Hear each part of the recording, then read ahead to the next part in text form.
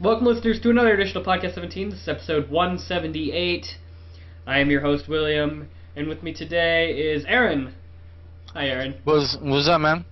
And also Vic. Hello. This week we're doing a very special edition of Podcast 17. An experimental edition, as I'm calling it. We're doing a video show. And we're doing a video show with Google+. And we're not using Skype for once in our whole life. In 178 episodes, we're not using Skype. We're using Google+. We're not going to have to stand up and cough, are we? No, why? Okay. I was just making, just want to make sure. And this will be posted on YouTube, and you'll get the MP3 link as well, and the live listeners get to see Justin TV, and you can see the chat there as well on the video show, and if you're watching the video show, you get to see all the links and stuff as we go through them. So right now you can see the agenda, you can see our videos, like my video, and you can see Aaron's video, and yeah, so hopefully this goes well, and if it goes well, we'll keep it up. Sounds neat so far. Yeah, it's working out really well so far. As long as my internet can handle it, that's really all that matters is internet. So, topping it off this week, I guess we'll start with Podcast 17 news. We got a very long agenda. There's a lot of crap on here. But first off, Podcast 17 news, North American DST begins tomorrow, which means North America enters daylight savings time tomorrow, sometime in the night. So just keep that in mind, all you European viewers, that the timing will be a little bit off now. Like, it'll be an hour off. Normally we record at like 6 p.m. GMT, and now it's going to be 5 p.m. GMT.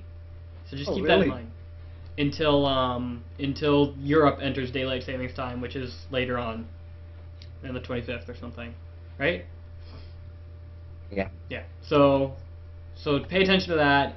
But basically, Nick's post here sums it up. Keep an eye on the agenda if you want to know the exact timings of everything, and also we have our Steam groups, which you can check out as well, and they show the timing there.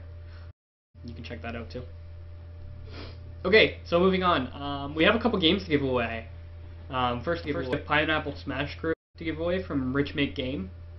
Check out my full review YouTube channel. And also, Aaron, we have some games from you. You sent you the keys. So which games? The keys that I sent you first were, hold on. It was like a zombie puzzle shooter. Or something. Yeah, a zombie puzzle. Yeah. I sent you 3 keys, so you create the contest, give them away. So we're just gonna do random. We have 1 Pineapple Smash Crew key to give away and 3 zombie puzzle keys to give away. If you want to win a copy of any of those, send us an email, contest@podcast17.com, and you'll automatically be entered to win either Pineapple Smash Crew or Zombie Puzzle Shooter or whatever, courtesy of Steam Contests, and it'll be random draw, so we'll out next week on the show. And for all you gamers and gamettes out there, that if you want to also win an extra set of game keys for Steam, I have 2 contests going on, contest.com going on right now, Auditorium and also Containment, the Zombie Puzzler. So if you want any of those games, I'm holding contests also on the website. Yep. So once again, that email is contest, contest @podcast17.com. And that's how you enter to win either a copy of Pineapple Smash Crew or Containment. That's what it's called, Containment. Forgot the name. Alright, also in Podcast 17 news, Let's Play of Cry of Fear series, episode 14 through 19 has been posted. And actually episode 20 as well, 20.1. I have fully completed the single player of Cry of Fear, and it's all posted. It's over 10 hours worth of video on YouTube if you want to check it out. It's a lot of video.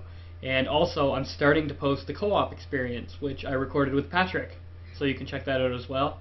So take a look. Any of these videos where you get scared and jump out of your seat again? Yep, some of them are. Right. I think the biggest scare though of Cry of Fear is still at the very beginning, eh, Vic? Would you say? Yeah. When you go, with the screamer, and you go, "Fuck you, Rumpel." Yeah, that's easily like the biggest scare is within the first couple minutes of the first video. So yeah, you'll see it right there. Also, episode 19 is a special episode. It plays through the Doctor story, which is an unlockable story in Cry of Fear. So you got that as well. There's everything there. You can check out everything. And like I said, I'm still posting the co-op videos. So there's that. But then with Patrick, right? What's that? Yeah, co-op is with Patrick. Yep. And also in Cry of Fear news, this is over down in Media Blitz, but I want to talk about it real quick. There's an IRL in real life trailer for Cry of Fear right now, which shows off all the different areas that inspired the game. There's no in-game footage, but it's just all filmed footage of Rumple and I guess James sort of going around their hometown and yeah, filming the areas that inspired Cry of Fear. It's really eerie to look at this shit. Did you see this, Vic? Oh, sorry. No, I didn't see it actually. It's crazy to see some of this stuff, you know. So what kind of areas did they get on film? Like the subway, a lot of the train areas, some Downtown more, areas? yeah, as well? downtown, yeah, residential areas, and I think that really about covers it. Oh, the apartment areas. There's some apartment areas. Oh, yeah. Yeah, it seems pretty interesting watching it right now. Oh, they even dressed up for it. Yeah, he looks exactly like Simon. Who is it playing? I think it's Rumple playing it. Hmm. Because the Simon model is Rumple. Oh. Yeah. Shameless self-advertising. And lastly, in Podcast 17 news, ValveTime.net is live. It's the new Yay. Half-Life2.net. Yay! Yeah, so you can check it out. You can either go to Half-Life2.net or ValveTime.net to check out their new website. Basically what it is it's an updated version of Half-Life2.net where they sort of have more just more articles on Valve in general. It's not just Half-Life specific. So they have a lot of feature articles, and then they also have community news over on the side. So it's just an updated site in that regard. And of course, the famous Half-Life2.net forums, which I guess are now called the ValveTime forums, Valve-Time forums. are still available. Everything's still there. You can check them all out. So that's good. And if you like points, it's point system, but I can't even say it now. The new website's a point-based system. You get points. Yeah. Trophy points. Yeah. Is it? What? I didn't know that. How does that work? So Every time you get, do something, register, make a comment, yeah, the trophy. art maybe, I think. Yeah. Trophy points is kind of automatic. So you got kind of like this achievement thing. Yeah. I'm at 55 points. You beat that. I'm at Really? 5 points, I guess. Wow. Look at you, Aaron. I know. How do you check somebody's points? Like if I check Hectic Glenn's points. I'm not sure. Trophy points 82. You are beating me. No, Damn it's you. not me. It's Glenn. I'm Oh. looking at Glenn. He's got 82. Cool. That's neat. I didn't know that. Yeah, school system. Okay, so let's get into the huge list that is from the mouth of Valve. I don't know. I guess Vic, do you want to start us off? Valve at GDC? Yeah. So there was mainly 4 things that came up at GDC this week, I guess, right? Yeah. Gabe, the awards in Portal 2. You want me to go through all of them? Yeah. Why don't you start at the top? Okay. So, as usual, Valve goes GDC, and they also have a number of talks there. One of their talks was about Team Fortress 2. Joe Ludwig of Valve did this talk. Was basically about how Team Fortress 2 went free to play, and they basically said there was a great success, and that money made from the sale of virtual items on the store was 4 times bigger than the money they had made selling the actual game. They were actually pretty worried about it at first. And they also worried that because it was originally obviously bought game, sold game, they're kind of worried that it would fail and that people wouldn't really accept it. But it's gone really well. In October last year, Gabe said the entire user base increased by a factor of 5 since they got free to play. Wow. So yeah, it's a huge success. I think it was definitely worth it. Cool. Also, there's also the Game Developers Choice Awards being given out at GDC. Valve and Portal 2 actually won 3 of those: Best Narrative, Best Game Design, and Best Sound. But they didn't win Game of the Year. That was Skyrim. Yeah. Portal 2 was 3rd place. Don't know who 2nd place was. Maybe Deus Ex 3. Still, they did really well. Yeah. But and there's something later on, which you and I talked about, and this sort of moves into visions of a Portal 2 that never was, where, who was it, Chet and somebody else? Chet and Eric? Eric Wilpon. Yeah, right. They sort of talked about bits and pieces of Portal 2 that got cut. And there's some really fantastic things. I think at least my favorite that got cut from Portal 2 was Wheatley dies pretty much almost right at the beginning, and you slowly experience and interact with new spheres as you go along the game. 6 new spheres. That was originally planned. Would have been pretty cool. I did a whole write-up on this. I'm actually really proud of it because I wrote it at 4 a.m., which is like a huge achievement. But yeah, tried to sum up everything they talked about. They also mentioned their original Portal 2 back in 2008, Portal Without Portals, when they were using f-stop. They also showed off the original intro for that original Portal 2. They also talked about the supporting characters. There was going to be a new little robot named Betty. It was going to be kind of like GLaDOS. Actually, you'd wheel into the test chambers and kind of spout legalese, like a prescription drug commercial. There's many more concepts they talked about that they cut.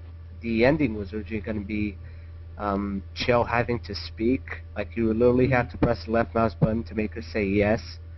They also showed the old, I don't know how to pronounce this, Dorfeld, comic strips. The original co-op mode had this story where instead of seeking out that human stasis annex, you would have to search for human artifacts to make the robots themselves more human. So you find these comic strips, and these are really hilarious.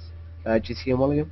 Yeah, actually I haven't seen the images because I just saw the write-up, but now that I'm looking at the images, I can see a little bit more detailed. But I said this to you, Vic. It almost sounded like Eric and Walpaw had some regrets. It's possible. Because to me, this whole Portal 2, in this sense, where they had the different endings and the way you can end the game prematurely and stuff like that. That was genius. That sounds a lot better than what they presented. In Portal 2. And I'm surprised, and I mean, I know that you hate this as well, that they sort of made the game a little bit more accessible by more people. It's sort of a dumbed-down version of what they originally wanted to intend to do. And it really, to me, sounds like that Eric and Chet are disappointed. There was one interview where I got the impression that Gabe himself had some regrets. I don't have the exact interview, so I don't recall the specific wording, but it did seem as if he kind of had some regrets about it, and I can understand that. Because it was far more, kind of, as you said, dumbed down, a bit more accessible. Because they have actually confirmed this. They made it so everyone could finish it. Yeah. They mentioned this in developer commentary, and obviously, to make a game that anyone can finish, you have to make a few sacrifices. Which is a shame, but it's still a pretty great game, I'd say. Yeah, I'd say it's pretty good too, but I just think that it could have been a lot better with their original ideas. Just the way that they were presenting it in this sort of speech at the GDC. Sounds a lot more interesting. But yeah, I guess the question then begs, do all games need to be accessible and beatable by people? Is that a real big issue? No. I'd say it's an important issue. I'd say that kind of having this homogeneous experience that everyone can enjoy in the exact same way, so everyone can finish it. It kind of takes away from the magic. It's not quite as interesting or intelligent when it's designed to be the same thing in the same way so everyone can enjoy it and finish it. It's just not quite as great, I'd say. Yeah. Anyway, and what's last from GDC? Someone put pictures of Gabe Newell everywhere, all over San Francisco. I have no idea. So apparently most of these were on 4th Street. There were a load of these. No idea what this was all about, but it's pretty funny. So overall, GDC didn't really have the announcements that we thought was going to. And that's why I'm glad I didn't go. Yeah, so Because it's not cheap to go. You know what I mean? You have the hotel, food, taxi cab, unless you want to walk. Yep, it's very expensive, and really, I mean, in terms of Valve, it was sort of a letdown. Everybody thought that Valve was going to be talking about the Steam box at least, but Valve, as I guess we could talk about it right now, Valve dispelled we're going those to talk rumors. about it in just a bit. They said that they didn't say no. In their classic Valve answer, they said they didn't say no. They just brought up the haptic feedback stuff and talked a little bit. They said anytime soon. Yeah, exactly. And they talked a little bit more about big picture mode, but certainly wasn't anything concrete coming out of GDC. And I really thought something was gonna happen at GDC because Valve had a really, really big booth. But they always do. They always do. Yeah, E3 is going to be when the magic happens. You think so? I know so. What? The main reason why Valve has a big booth at GDC is because they like to interview a lot of the students and the projects. The projects that they have. Yeah. Because if it's a good enough project, they got to hire the entire team. You know, so. Yeah, they do a lot of hiring at the GDC. In fact, Robert Yang actually did something like that. He had an interview with Robin Walker, who played Radiator. Huh. Right there at the booth. Interesting. I think Robert Yang should be hired by Valve. Why not? Yeah, I think so. Me too. Yeah. There's another article here on Forbes, which I found earlier on in the week, where they sort of talk about whether or not a Steam box console makes sense. They go over it. Forbes always does these really in-depth articles from a financial standpoint and from an industry standpoint, not just from we get a standpoint like, yeah, we want games, right? We have that idea, but Forbes looks at it as a business decision. So it's an interesting read there, and sort of different things that are out right now, like the patents that are out. What would be Steam Box's competition? What's the rumor about the hardware? And is it feasible to enter the market using that sort of hardware? And what sort of price point would they need to have? So like they're saying the X51 starts at $700. And the X51 is the machine that the supposed Steam Box's specs were based on. Yep. So it's a good look. They also talk about the patents, of course, and then they talk about some alternatives, and whether or not Valve should be entering the market because of these alternatives. It's a good read. Forbes does really good articles, and you wouldn't expect them to because they're not a gaming publication, but they really do good articles about Valve. They even did a great Half-Life 3 column. Actually, they did two. Yep. They did two just a while back, just last month. And talking about Forbes, we're really jumping all over the place, but talking about Forbes, they also ranked Gabe Newell as the 854th richest person. And that doesn't sound in the like... world. Yeah, in the world. But that doesn't sound like a He's very big number. But, their newest video game billionaire. Yep. And he's worth $1.5 billion. Dang! Wow. According to Forbes. Of course, Valve isn't an IPO right now. Like, it's not publicly tradable. So it's really hard to tell what the company is worth. Yeah. But they estimate that Gabe is worth $1.5 billion. Next time I email Gabe, I'm gonna have to thank him for emailing me back and talking to me. He's so, the richest guy, Yeah. Thank you, Gabe. You know what they're doing this month, I believe? Who? It's kind of this Reddit thing. Oh yeah, emailing. Don't Gabe. email Gabe for a month or a week or something. Yeah, I don't know. Reddit It's gets on crazy. these ridiculous bandwagons. Yeah. Okay, so let's talk about Counter-Strike. Mhm. Take us away, Vic. I'm sure you've been really up to date with all this.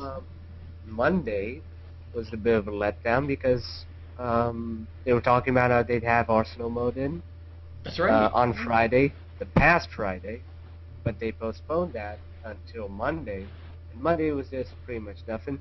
They removed some of the fog on train. They didn't Thank remove God. it completely, but they left some of it. Like they toned it down. It looks a lot better, but it's still kind of a problem, I'd say. You know what the issue is with Counter-Strike Go with fog is if they add fog, it adds to the already dynamic fog or dynamic, I guess, debris that comes from when you shoot walls. So if you're in a firefight with somebody and there's fog already in the map, and then if somebody's shooting the wall around you, you can't see shit. You can't see like anything. Yeah. Really difficult. So they actually did kind of this blog post explaining why they have the fog in. They say it's actually done so players can be seen more easily. If you ask me, this is kind of what? That sounds counterintuitive. Yeah, sounds counterintuitive. We want you to be seen, so we're gonna fog you. Yeah, it's pretty crazy. So that was on Monday. They had this really kind of lackluster update, but Friday, like just today, they had a huge update. They've added Arsenal mode, a whole new game mode. Good. Try that out. Including an all-new map, the Lake. Lake is actually a modified version of the Boathouse finale from Death Toll, from Left 4 Dead 1. But it's really, really heavily modified. It still has kind of the basic layout. It's really heavily modified. They've also got a brand new shadowing engine, like completely new, which looks really great. They've obviously got it in Lake, and they've also gotten the other maps. But you're probably only going to see it on Lake because Lake is kind of the new quick match, quick match default. Yep. Yeah. So, in case anyone doesn't know, Arsenal Demolition is the second game type in Arsenal mode, which is kind of like a cross between gun game and the classic Counter-Strike gameplay. So it's kind of like you only have one bomb site per map. You've got these really small maps that favor close quarters combat, and it still works at Counter-Strike, but you don't have a buy menu. And each first kill you pull off is going to upgrade you to a weaker weapon the next round. Any kills after that are going to give you one bonus grenade, and if you die, you don't respawn until next round. I really want to try this out. Did you try it out? Yeah, I did try it out. Does it work out well? Quite a bit. Yeah, it plays really well, I'd say. There's people who are let down that it isn't exactly gun game, but they're going to add that as well as Arsenal Arms Race. But it's really enjoyable. The new shadowing looks gorgeous, looks great. And apart from that, they haven't really got that much. They've got some fixes, but no new weapons. So it's kind of like a more focused update, so people can have tested from a newer point of view with the game mode. And also, I guess, lastly, from CSGO, we're not going to be seeing them until summer 2012. Yeah. So that's a delay, of course. Yeah, it's been delayed until summer. They've also dropped cross-platform play with PlayStation 3. Yep. That's sad. That's really it's a shame. Sad. It's really sad. Yeah, they said they want to do it so they can update each platform separately. Because obviously the PC's got some issues, the PS3's got other issues.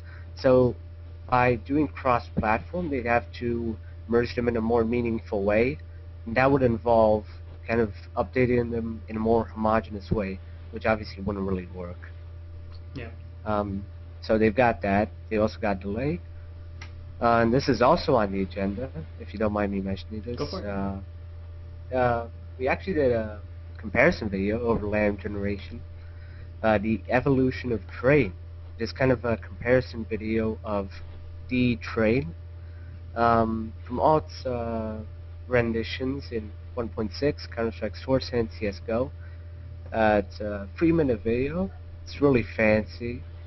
Got some great music. David did some great work. David did most of the editing and directing on this. I was going to say, you don't usually do video editing. I thought it was you. Yeah, I suck at video editing. But I kind of did some of the supervision. I took his screenshots. Hmm. He did most of the work, and I think it ended up pretty well. Yeah, it's changed a lot, Train. It has. It really changed has. many of the map areas. They've removed a lot of trains. And I think some of the changes are for the best.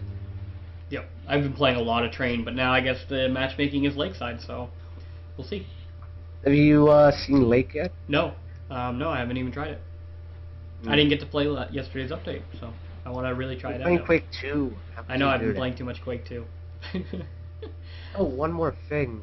They've actually added a ranking system, which isn't what you think it is. It's kind of like if you get a certain number of achievements, get a rank. At the moment, I've got 2 ranks, and I've got 50 free achievements. Oh. Which obviously doesn't affect matchmaking or weapon selection, but it's pretty cool. No, I guess it's they wanted a way for players to tell which person on their team is more experienced and which one isn't. So does it show up in the scoreboard, your rank? Yeah, it's on the scoreboard. So you've Cool. got this awards section. The awards are actually the in-game name for the achievements, but yeah, the section shows 5 ranks, and I've got 2 of them at the moment. I wonder how many I have now. Anyway, that's cool. Okay, so let's move on to Dota 2. There's not much here. There's an update, but I don't think there's any new heroes.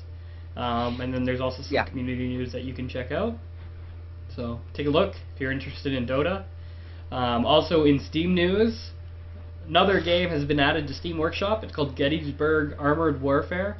I haven't played this game, but it's by Paradox and Radioactive Software, and that they will be moving their real-time strategy game to Steam Workshop. So the editor you'll be able to post to Steam Workshop and download straight from there. So if you're a fan of this game, it's a big plus for you. Yay! And lastly, from Valve, there's some rumors going on Steam forums. This was actually found by Vic. It said it was found by me, but Oh, it was found by wow. Vic. But I didn't even know. what's that? Oh, it's a Portal 2 beta thing? Yeah. Yeah, so earlier actually no, I think it was last month, some folks found out that the Portal 2 DLC 2 beta had somehow ended up within their game library on Steam. So no one knows how this happened, but there's an image of this Portal 2 beta further down in the thread. Yeah, So it's kind of like this says Portal 2 beta, and it's got this image of the level editor in the background. They've also got some, the same achievements. And at GDC, Eric Wolpaw did say that they're going to ship this thing pretty soon. So let's hope it's almost done. Yeah. And that will include the new editor as well, hopefully. Yeah. So cool. Okay, so that finishes up from the mouth of Valve. Let's move into So yeah. I want to add something real quick. Yeah, sure. It just popped up on my forums. They've got brand new on Jinx. Valve and Jinx just teamed up, and they've got brand new products available. I'm going to post the link in the podcast chat room. Oh yeah. This is kind of some new back catalog stuff. They've been teaming up for a while, but this is some really new merchandise. They've got a Black Mesa t-shirt, they have the t-shirt, and they have the fee cap. And there's also a promotional code, which is if you punch in this code when you buy something from Jinx, the code is Turn of Valve. You're gonna get 10% discount if you punch this in. It's pretty cool. Promotional code is only valid through 14th of March. Cool. Fun. Okay, so let's move on into releases and updates. There's 2 here, just single-player releases, really. The first one is Forgotten Lab from Planet Phillip. It doesn't have some very good reviews, so I sort of avoided it. It's got 1 maybe and 1 avoided. And it's got some... Yeah, when I noticed that too, I don't play them either. Yeah. That's a good point. That's a good point. So Philip says it's hard to get excited or interested in these sorts of maps. It doesn't really provide a challenge, and you can't go very far, and there's no benefit for doing so. He says it's not the worst map he's ever played, but but you might want to avoid it. There's some screenshots here as well. And another map here, which was tipped by Pelk. This is interesting. Yeah, he added this to the chat. He's in the chat right now, actually. It's called Break at Work. It's a short single-player map placed in Black Mesa before the incident. And I want to try this out. I haven't even tried this out yet. It takes place in episode 2. I like how it has Black rating. Mesa. I like how it has a rating of a 9.80, and then at the bottom it says based off 1 rating. Oh, yeah. The map does look good, but I'm just saying it's got a 9.8 because only 1 person has voted. Yeah, So- but so this we- does look pretty great. I It love does. the, I'm not counting it doesn't. I'm just saying more people need to vote. Yeah. definitely. Not much in the comments Uh, either. It just says this is kind of short, but it's also brilliant, people are saying. But it looks like it's got part of Zen in here. It's got part of Black Mesa, so wow. Zen looks really cool. I love how they got some airline hills and some crystals. Yep, we're going to have to follow up around to this. Trippy. It looks really cool. Okay, so let's move into Media Blitz, and we'll start with you, Vic. Oh God, the pressure. It's a huge Media Blitz. I haven't even, to be honest, I haven't looked at any of this, except one. Yeah. So let me just quickly check this. I'm going to talk about 1187. Okay. Been a long while since the last update, but there's been a lot of changes apparently. They're saying that they've got a new website up. They're still working on it, but they've given 1187 a nice new home, which I'm checking it right now. It's the official website. Looks pretty cool, I have to say. They've got a nice setup. They're also showing off something.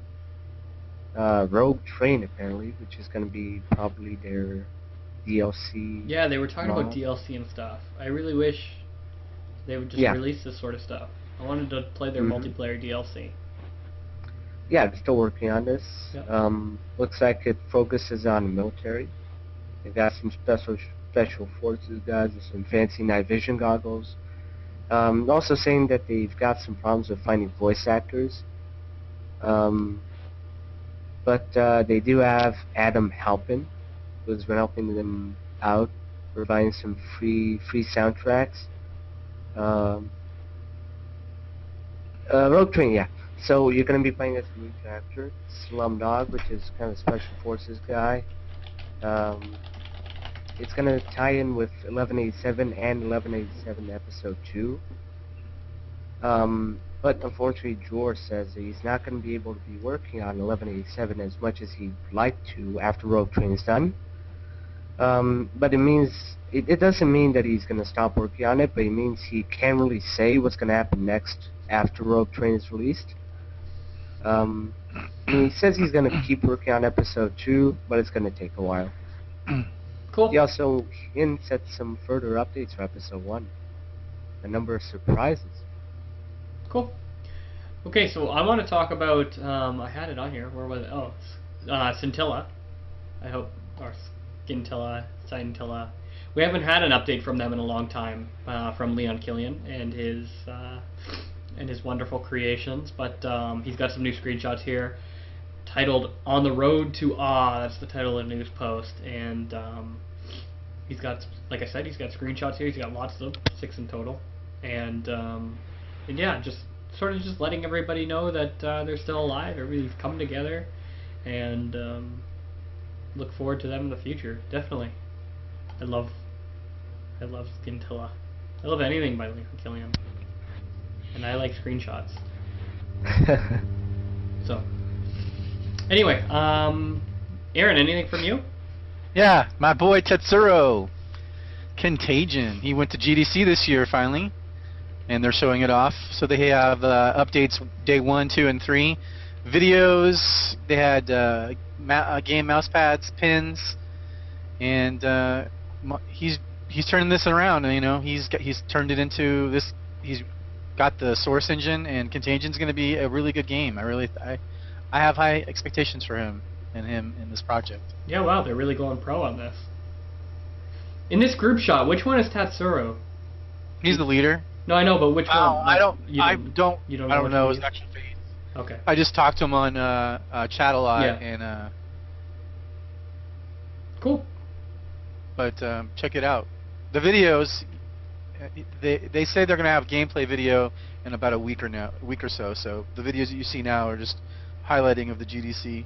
But I really just think, this from them to make a mod and then turn around and use the Source engine to create an actual game this fast.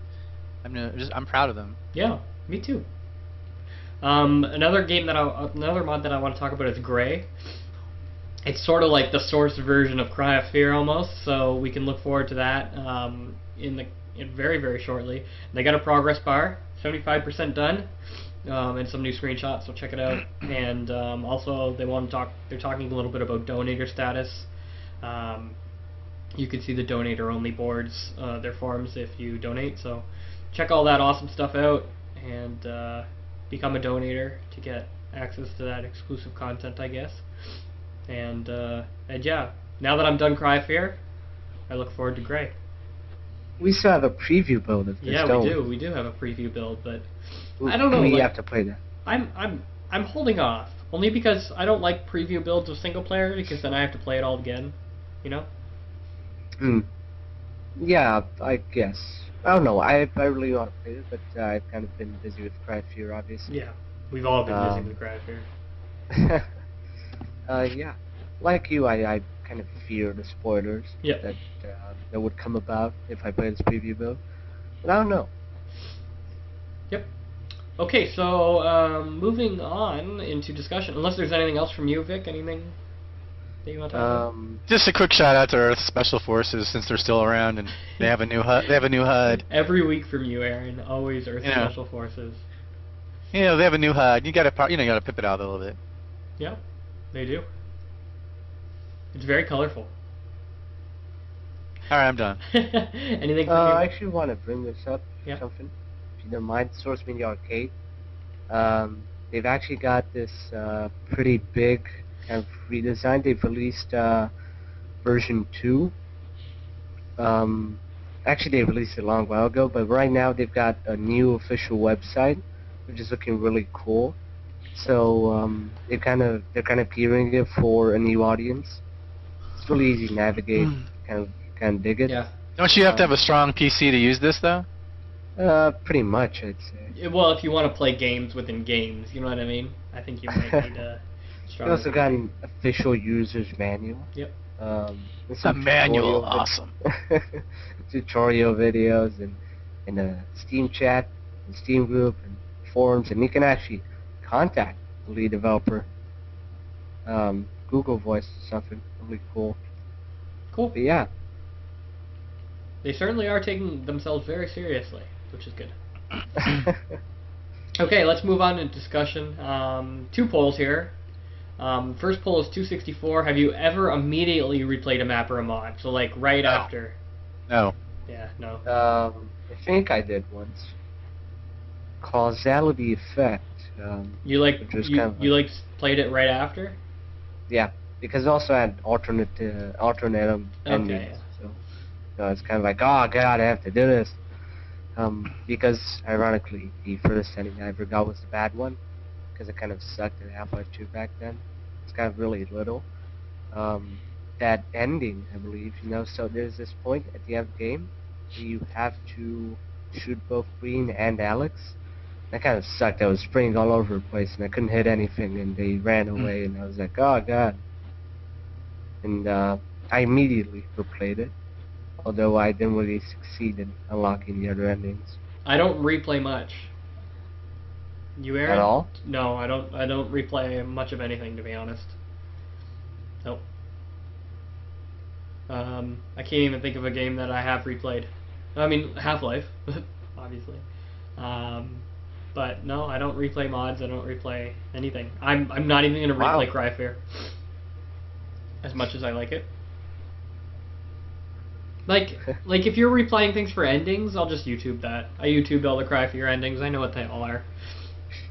So. The other poll question is, do you keep mods until you are in the right mood for them? So like, for example, you download a mod and then wait to play it until you're in a mod playing mood. I wouldn't say that. I wouldn't say that. But I kind of had something like this when I got spoiled. although this was for a game. I was playing Metal Gear Solid 4, and I got a spoiler, so I kind of waited almost a couple weeks so I would forget it. The problem is I didn't really forget it, so it was kind of for nothing. That's the closest thing I've ever done this. Actually, going back to the last poll question real quick, Schaefer just in the chat said Stanley Parable, William, and I did replay Stanley Parable. Oh yeah, Oh, you did? times. You did replay that? Okay. Yeah, multiple to be times. fair, that doesn't really. And isn't he making a remake? Yeah, there is a remake. Yeah, he is. So then we're all going to be playing it again, see? But you can't count a remake as replaying a mod. Well, yeah, but like Dear Esther, didn't you originally play the mod? Yeah, but I mean that's not. Yeah, but that's not replaying. But it's really not too different, to be perfectly honest. I guess. Anyway, back to this poll question: do you keep mods until the right time? I mean, for No. For me, I actually do. I save all my Half-Life mods and unless it's something big, but I save all my stuff for Friday. Friday is when I catch up on the Half-Life scene. I download it all and I save it all for Friday. It's not really for when I'm in the mood for it. It's just that's my schedule. Makes sense. Yeah. You're a straight pimp. What else is on discussion here? Valve Time, the episodic problem. I love this. I love this. I didn't get to read it. Can you give us a synopsis? So this is an editorial thing written by Ross over on Valve Time. It's kind of a critique on Episode 1 and Episode 2, which is basically talking about the way that an episodic gaming doesn't really support the wide range of storyline tones and emotions that you would see in a full-length game, like for instance Half-Life 2, obviously. So he's kind of talking about the way that there's some really strange moments in Episode 1 and 2. He gives some examples, such as the infamous chopper standoff in Episode 2, when you're picking down this chopper, people are dead, the base is almost destroyed, but instead some guy cracks a funny joke about the Combine, and he compares that to a similar moment in Half-Life 2, the new little Odessa battle, where same gunship shows up, kills people, base is practically destroyed, and instead of kind of funny jokes, you get a very really great moment, very poignant, where everyone kind of like just stops and rests. And it's really, yeah. And do they so continue really, with that compare and contrast throughout the article, I guess? Yeah, there's a bit more like this. They also compared to Ravenholm, for instance, where apparently something about I don't quite know. This is really lengthy. I can't just sum it up, but yeah, that's basically what it focuses on, the episodic problem. It kind of ends on a more positive note that maybe Episode 3 might have it because it's not an episode at all. Well, it might have that emotional integrity that Episode 1 and 2 lacked. We'll see. We'll see. Can't say that for sure yet. But anyway, Mod Informer has a review as well of Source Sauce, which is a tool which allows you to set your settings for all your source mods. We've covered it before on Podcast 17. Basically, it goes through your source mods folder and redoes like all the settings for every single one of your mods so that they're all the same, like all the same resolutions, all the same. And all your games as well. Yeah, all your games as well. Oh wow, that's new. Like just Half-Life games or real games? Source games. All the source games. Yeah. Okay, cool. That is cool. Yeah, it's really cool. So if you haven't heard of it, if you don't use it, you should definitely use it. You should definitely use it. Yeah. Anyway. It's really cool. Moving on, Mario was released. Mario was released. I haven't played it yet though. You haven't? No. Yeah, missing much. Mario 0. So this is really cool. It's obviously Mario. It's the entire original Super Mario Bros., but it's got portals. Yep. So it kind of feels like a superfluous thing at first, but as you kind of start playing for a while, at first you don't really see the ways you can apply portals, but kind of an hour into it, and you're already seeing all the ways you can do it. Like you put a portal here, and Goomba falls up and hits a thing, and crazy stuff happens. They've also got some DLC stuff, like they've got some extra campaigns built around the portal mechanics. Like obviously Super Mario Bros. Was really built around that, so they have some extra levels with the Aperture art style. They've also got complete level editor. You can make your own map packs and send them in. They might get featured future updates. Got 4-player co-op. That's crazy. Local, but not online. The implied online co-op might be on the way sometime in summer. We don't really know about that. What else? They've got some great game modifiers. Like there's a Minecraft mode where you can place blocks, and there's a bullet time mode. And tomorrow it'll make you breakfast. Yeah.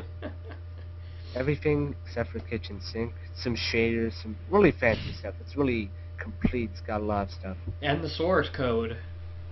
Yeah, the source code, you can completely modify this thing. So if you're not if you don't have the patience to wait for them to make online co-op, you can make it yourself. Alright, moving on. Also in discussion, Oatmeal has a new comic up. Oatmeal is a hilarious comic. It's called Breaking Bad Mesa. They like basically combine Black Mesa or Half-Life, I guess, and Breaking Bad. It's kind of funny if you know the joke. If you watch Breaking Bad or if you're a Half-Life fan. It's good. It's funny. Also, what's this needs on Control-Alt-Delete, Aaron? It's another comic about the box. Oh, Control-Alt-Del? No. Anyway, check it out. I thought it was kind of funny. We won't ruin it. Yeah, it's funnier than their usual material, so to speak. But yeah, sorry. So it's it's got Steambox, it's got Gabe. And also on here, this is cool. This is cool, Aaron. The Half-Life Citadel compared to real-life skyscrapers. I thought that was neat too. Yeah. That's really tall. Actually, I don't think that's the actual. I'm pretty Hey, sure don't ruin it. Don't ruin it. Come on. The towers of Dubai are really tall. This can't be that tall. Yeah, it's a bit wrong. I think it kind of only reaches the third line. This would be in low orbit if it was this tall. Yeah. You guys have just got to ruin everything. Come on. It's tall. End of story. I saw a version on Reddit where it had the correct height, like it only reached the third or second line up there. Anyway, next up on the discussion, this is cool. This was actually created by Emmanuel's friend. It was a link sent to me this week. And what it basically does is you log in through Steam. It's totally safe, don't worry. Because you're actually logging in through the Steam community site, not through this website. Anyway, you log in, and it'll send you an email whenever something on your wish list goes on sale. Or it'll notify you when something is on sale on your wish list. And you can also have it notify you what the daily deals are. So it's a good little convenient website if you have a pretty big wish list, and the reason your wish list exists is if you want to save things, to buy later if they go on sale. So yeah, it's a very useful website. So check it out. It's good if you're a big time purchaser. And another thing tipped by Aaron, Aperture Steampunk handheld portal device. It's loading right now for me. Oh, it's an actual. Somebody actually made it. I thought it was going to be a render or something. Badass. No, it's awesome. It's awesome sauce right here. Awesome. This is awesome. Wow. I just wish it worked. Yeah. Wouldn't that be nice? Anyway, lastly on the agenda, unofficial Portal port, which was coming to Android, was canned due to legal reasons. I think this is a good thing, mainly because I wasn't too impressed. Basically, there's a recreation of Portal 1 on the Unity engine that allowed you to play it on your Android device, and then I guess Valve canned it, or the developers canned it because of legal suits by Valve. But I don't think it was that great. I think it didn't really do the game justice. It isn't really. Dude, it was a Russian programmer. What'd you expect? Come on. But it isn't really legal. Just completely remake a game for free on a different engine on a different platform. And besides, it's like shit, like absolute shit. Yeah. So anyway, that's it. I just got sent. Oh no, this isn't. I'll wait for next week for that. So last words. Some of the commenters on the agenda sort of overthrew us this week, and they said like, "Why don't we get mentioned because when we tip something?" And that's because I usually forget. So sorry guys, but big shout outs, like huge shout outs. You don't even understand how much these guys. Without these guys, our agenda wouldn't even exist most of the week. But big shout outs to Pell, Griswick, Sin, Twin Sons, and Zombie for being slaves to the Overmind. Because it used to be me giving him feedback and links, so I appreciate it. And really anybody else who provides links. There's a lot of people. That was just the folks from this week, but there's countless of people who provide us links every week for the agenda. So good on them. Thank you everybody. And I guess with that said, is there anything else you guys want to talk about? I'm just gonna pimp my site because I'm giving away free video games. It's free, steamcontest.com. Check us out. Help me promote the website. Help me promote a contest that I'm holding. And then I'm starting to use Steam Gifts because the traffic there is just so high.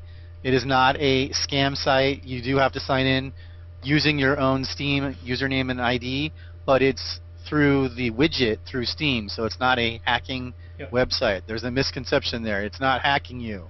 It's okay. I cannot believe how many people. I'm not signing into that site. It's not scamming.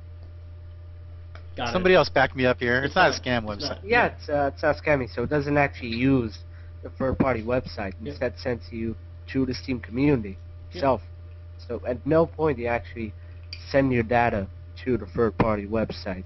Just like the wishlist notifier. Yeah. Just talked about. So it doesn't have anything to do with that. Instead, it just goes straight to the OpenID system. Yep.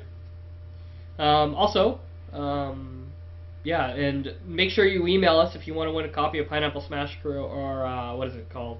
Hold on. I actually just got sent something from NVIDIA. That's what I got sent, but I didn't get to take a look. Here, I'll open it right now. So it's kind of a virtual reality version of Half-Life 2, using fourth dimensions replicating reality concept. So you got kind of this helmet, this goggle, just set up to a PC. They've also got a plastic gun stuffed for an air mouse, which controls. What are we talking about? Hold on, I'm going to send a link in the chat. Yeah. Like this is a full virtual reality setup, Half-Life 2. So again, they've got a helmet, virtual reality helmet, a gun, really cool gun. I think they've got that. They've also got a vest. I'm not sure what that thing is, but might be that thing that moves when you're shot in the actual game. They've got a video and they've got a bunch of screenshots. It's really cool. Neat. Cool. Okay, so with that said, that's another episode of Podcast 17 in the can. If you guys want to win some games, make sure you enter our contest, either Pineapple Smash Crew or the Zombie Puzzle game. Send us an email, contest@podcast17.com, and you'll automatically be entered. And if you're listening to the audio, don't forget that there's also video on YouTube, but you've already listened to the whole episode, so why would you listen to it again? Anyway, so we'll see you guys next week. Goodbye. Deuces. Goodbye. Goodbye. Bye. Wait, see man. Say goodbye. Oh, wait.